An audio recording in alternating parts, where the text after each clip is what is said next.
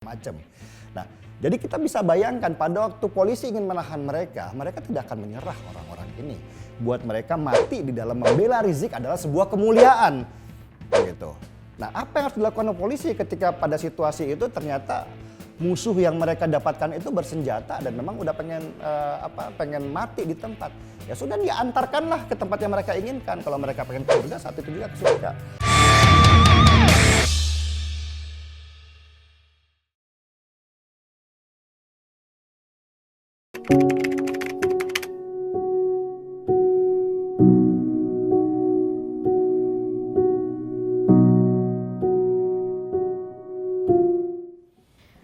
Amin Rais dan kawan-kawan kembali mengangkat peristiwa penembakan anggota FPI di kilometer 50 Tol Cikampek oleh aparat.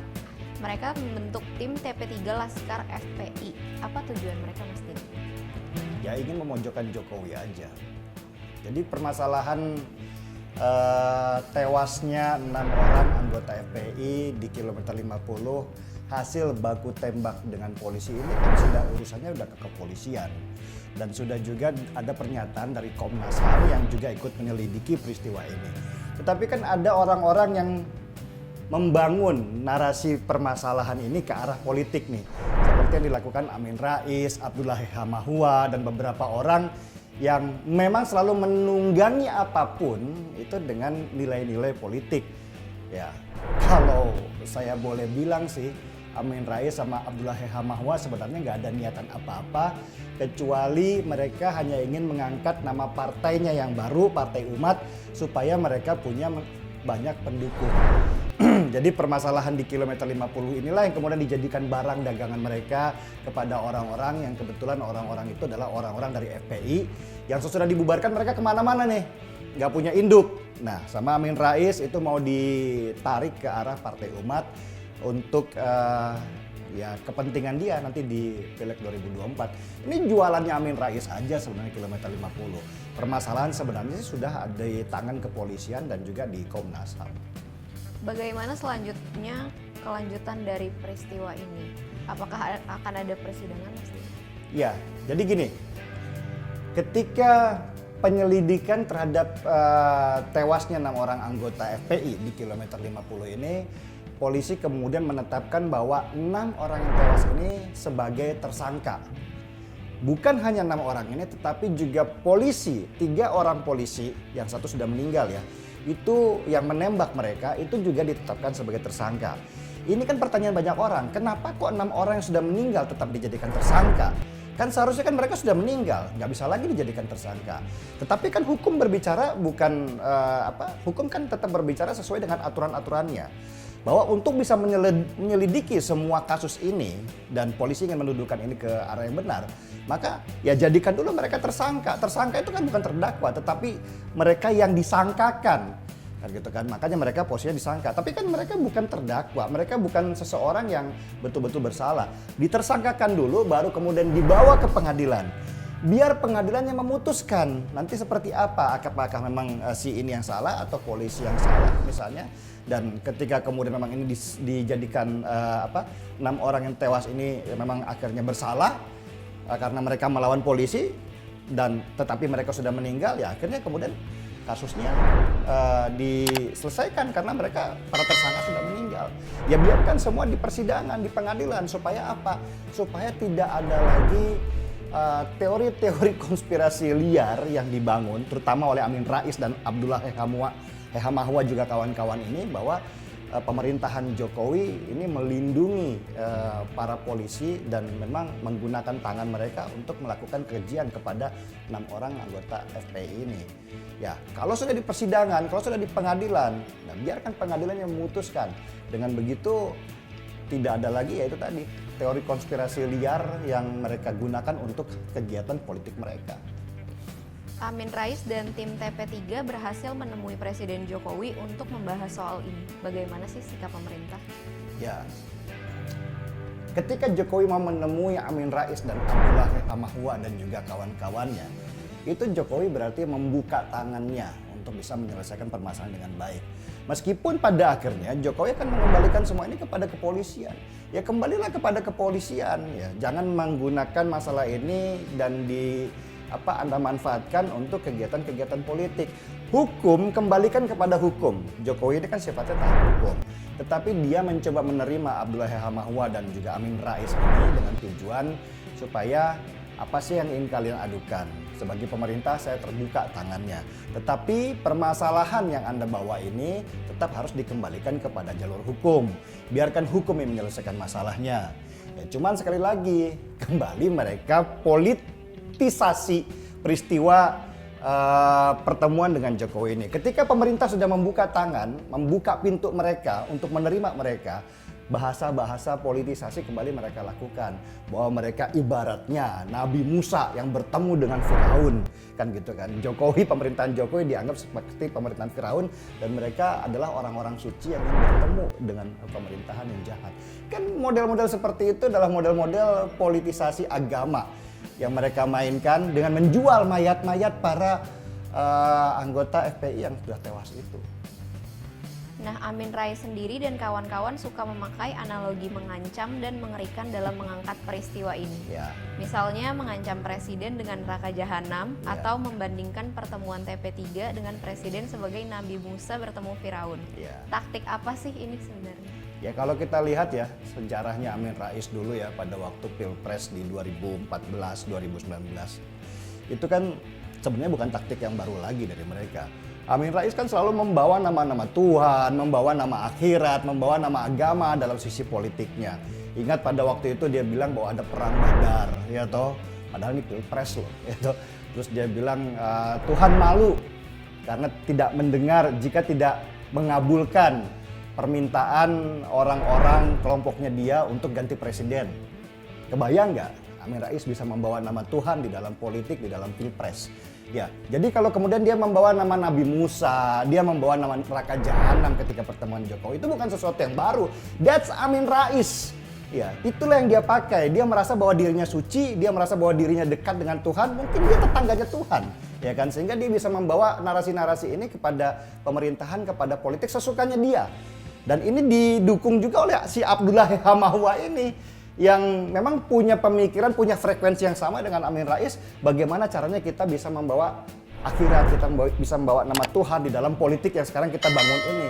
Kenapa? Karena mereka yakin bahwa ada sebagian orang Indonesia yang ketika dibawakan nama Tuhan, dibawakan nama agama, dibawakan nama akhirat, itu takut. Sehingga mereka lebih baik merapat ke wilayah akhirat ini, ke Tuhan ini, daripada mereka merapat kepada pemerintahan Jokowi. Jadi sudah tidak bisa menyatukan mana akhirat, mana dunia.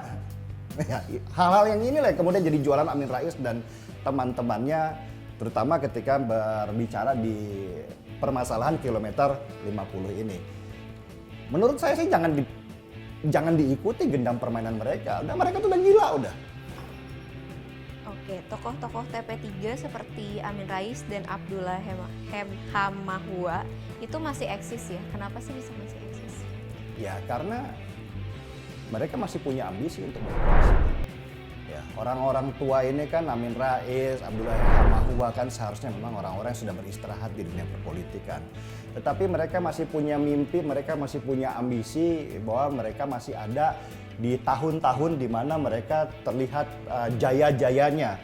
Amin Rais pada waktu reformasi itu kan gencar membangun percitraannya bahwa dia adalah lokomotif reformasi. Meskipun sebenarnya dia nggak tahu ada di mana ketika proses reformasi itu. Tiba-tiba muncul aja dia mengatasnamakan para mahasiswa menjadi lokomotif. Lokomotif apaan kan gitu kan. Lebih jelas Budiman Sujatmiko yang pada waktu itu betul-betul melawan pemerintah. Amin Rais tidak.